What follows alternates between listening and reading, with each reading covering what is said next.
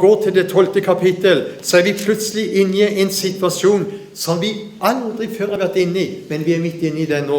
For det står i Sakarias 12, «Se, jeg gjør Jerusalem til en tomleskål for alle folkeslagene rundt omkring.»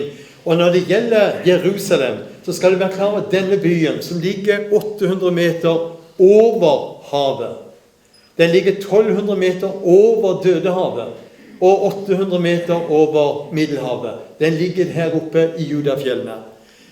Den byen der har Gud veldige planer med. Og Gud har sagt, når det gjelder folket, det er mitt folk.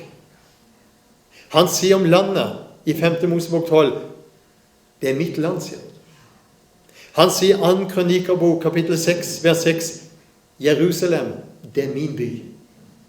Mitt folk, mitt land, min by. Og så sier han her videre i det 12. kapittelet her i Sakarias.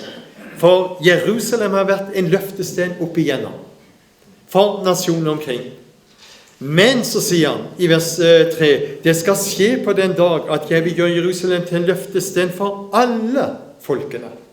Ikke bare de som bor omkring av den arabiske verden, men alle folkene. Og så sier han, alle som løfter på denne byen skal såre seg selv. Ja, alle jordens hedningefolk skal samle seg mot den. En sånn situasjon er vi i dag midt inne i.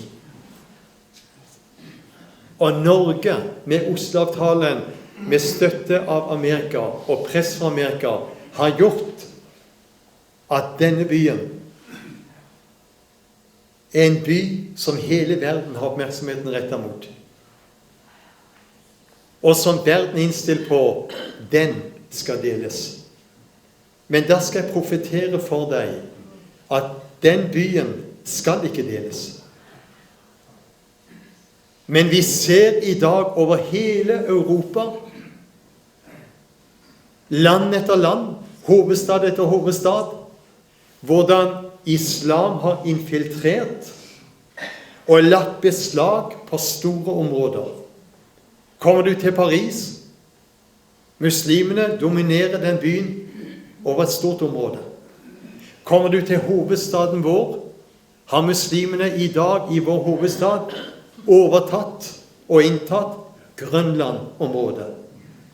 Og da er det underlig at vi har lederen av domstolsutvalget i Norge, som uttalte i 2015, han uttalte i 2016, jeg går inn for sånn,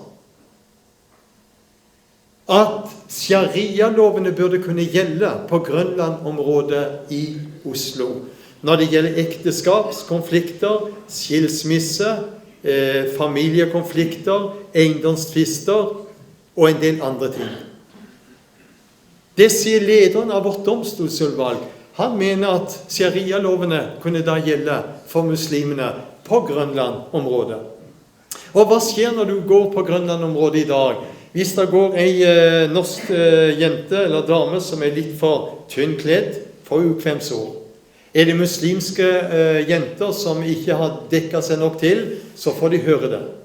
Så allerede i dag så har de inntatt det området.